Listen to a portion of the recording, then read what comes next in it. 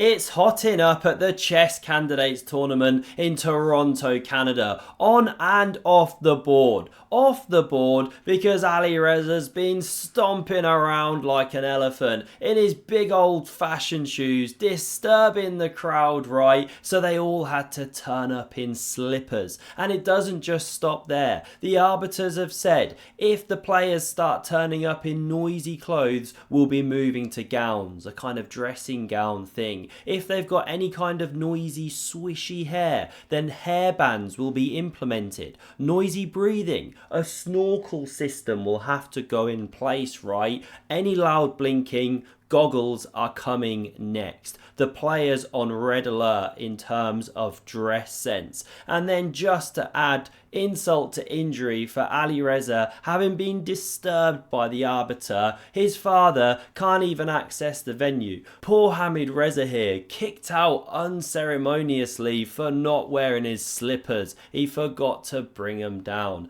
But in all seriousness, if you want the details, head on over to Ask Jeeves. You'll get all the answers. Apparently he doesn't have the right pass or something. Now on to the chess here. Fabiano Caruana, world number 2, desperate for a win here against Alireza Firouzja because he wants to stay in tournament contention. Alireza, however, is trying to kickstart his tournament with a flurry of victories. He's languishing far behind here. One of the players is going to leave this game disgusted. Let's take a look.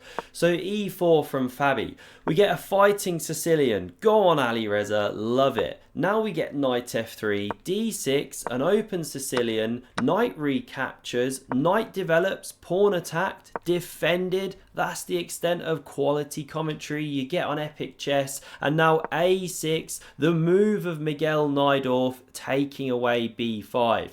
Hikaru earlier in the tournament didn't even do that. Played e5 immediately. What a madman. And now rook g1. Fabi, the freak, starts the freak attack. What's he going for here? You can play everything in the Najdorf, right? It's so rich. I even found a bomb cloud on this last move.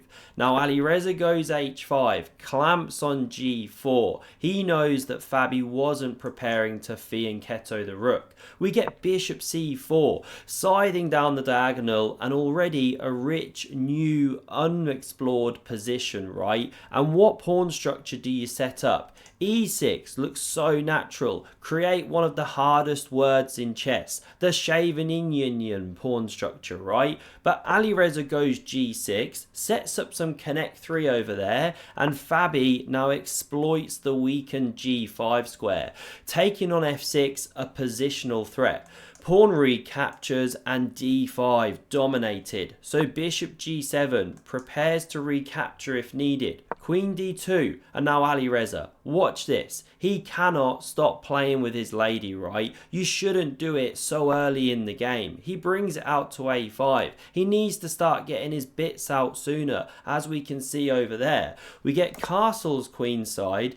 Now knight c6. Finally some development. The computer wants to take and then start bringing the rook to the center and pushing through. But Fabi retreats, hits Alireza's queen, and he starts looking at the ceiling, humming a bit. Poker face. Is Alireza going to notice? We've all been there. What does Alireza do? He's not going to give up his queen for a minor piece. Obviously, he's not an idiot.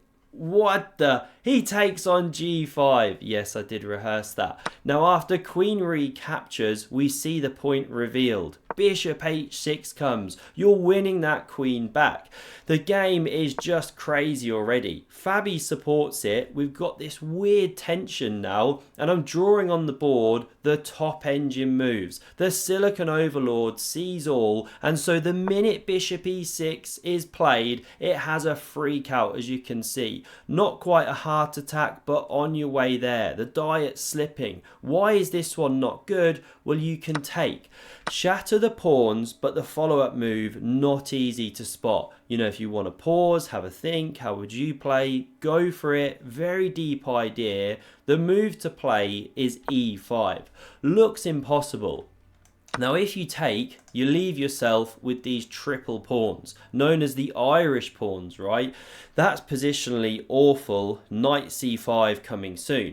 And if you take with the knight, knight, that one, very natural of course, now f4 comes. And the point is, you've broken the pin down this diagonal. The white queen is free to move away if you save this knight. So taking forced, but now h recaptures, and look at that. You've built a stairway to heaven. One of those noble steeds is dropping off the board. White wins the game. So a huge moment missed by Fabi. He retreats meekly to e2. Now king f8, preparing to fianchetto the king. Knight d4, this one exchanged. Rook recaptures. Rooks belong on half open and open files, and now finally we get f4, forcing this bishop's hand. It takes. H-pawn recaptures. Knight g4 looks aggressive, but I like how Fabi plays around that knight. He starts with rook f1.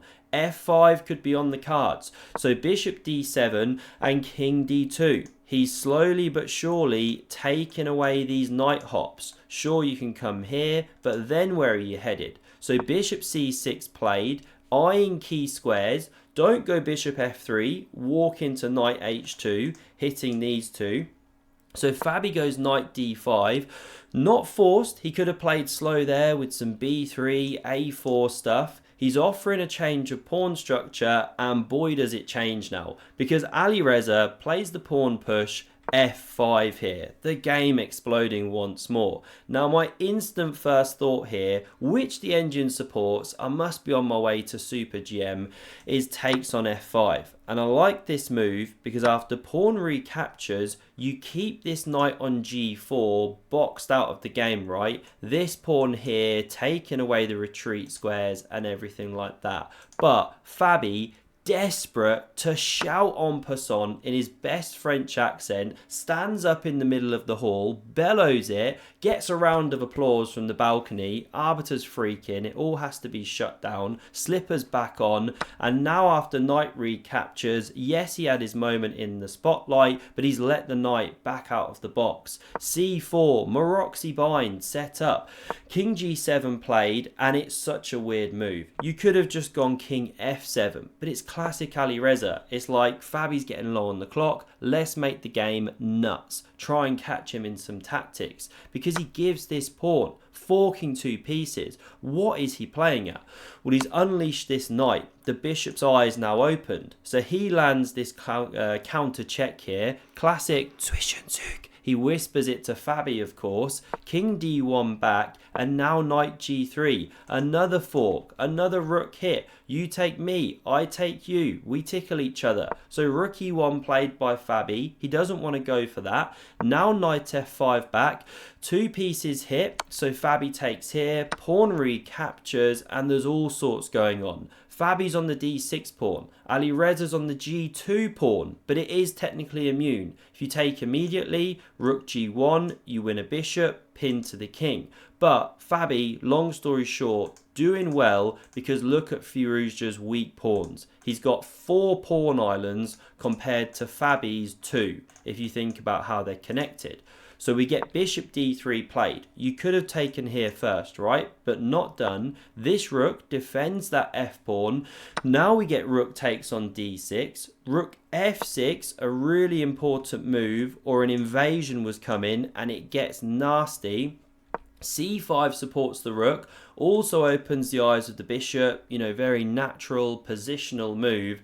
And now you should take on d6. It's really not clear and obvious. They're low on time. No criticism here. But the point being, you bring the rook. How does the line go? I was looking at all sorts of lines here, right? But this is something how it could go. And then you try and cover the f-pawn. And it's not so easy for white to make headway here. We'll come back. This rook wasn't taken. Instead h4, looking of course for bishop takes on g2, followed by h3, but there's rook e7 check, king g6, and now rook e5. And if you capture this pawn, go in for the plan, then white crashes through first. and there are big problems with the safety of that king. You know, you step back here, you don't want to go here, or your rook drops. If you come forward, you're into discoveries. So this is logical, but another check.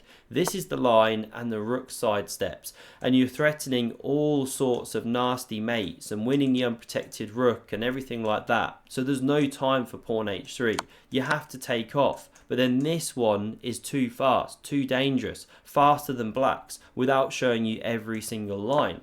So this is the problem with capturing. Therefore rook h5, covering this pawn some more, and now rook d8 to g8, a strong plan of the engine, again using tactics, but bishop f1 played by Fabi. Now we see captures, pawn takes, rook h8 back. Here Alireza trying to corral that pawn, but Fabi just in time to keep play alive. The bishop on the diagonal, ignored with rook d8. Yes, there are discoveries, but where's your knockout blow? So Fabi goes king e1, good move. King g7 steps away from the threats. King f2.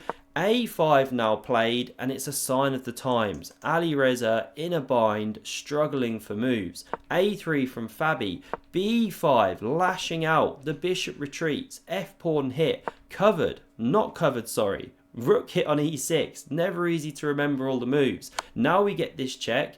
The bishop blocks here, and it's really bad. You're in trouble. But if you step up the board, still there are tricky lines. Rook e5, things like this. This pawn drops. Yes, you give here, but the king comes. Still it's white with the big pressure, and the outside passes. But instead we see bishop f7. Bishop takes on b5, and you can't even take the pawn on d6, or bishop c4 comes and you liquidate everything here when the rook defends. But we see something similar. The king steps up, the rook goes, the pawn drops. There was nothing better. Still rook c6 though. A mass liquidation coming, and look at the problems. Sure, you stop the pawn temporarily, but bishop d7, now we see king g6, king g1, and resignation from Alireza. He loses another game. Why? Well, the king's marching round right to gobble this h-pawn. The moment this king covers, then this pawn drops. If you try and defend this pawn here with the bishop, then b4, and you're running, and black's getting trousered, there's just too much stuff to stop. That's why the resignation came. Fabi gets his tournament going. Alireza down in the dumps. Disgusted with his performance this tournament. And he's dropped right down the rankings in the world as well. Really struggling lately. Here's the standings on screen. It is hotting up. Hikaru won as well. Very exciting finish to come. I hope you enjoyed. Smash subscribe if you did. And check out the video on screen for another epic game of chess. Cheers.